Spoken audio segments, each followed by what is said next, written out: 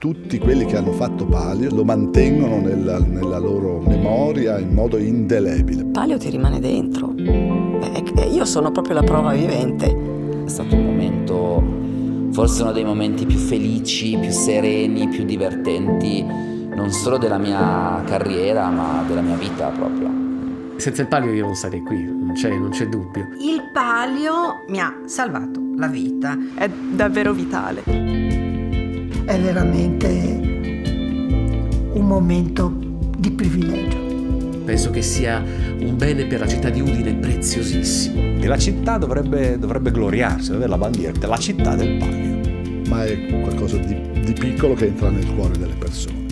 Il Palio è una scuola di coraggio, è una scuola di resistenza, una scuola di fiducia in se stessi. È un'esperienza a tutti gli effetti di vita grandissima, bellissima. Qual è il segreto del Palio? Il segreto del Palio sono i ragazzi. È uno spazio in cui i ragazzi sentono molto forte questo senso di appartenenza tra di loro, questa collettività.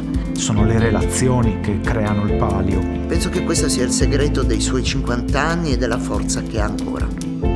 Questo sviluppo in questi 50 anni testimonia l'aspetto proprio innato, implicito, vitale, necessario del teatro per l'essere umano.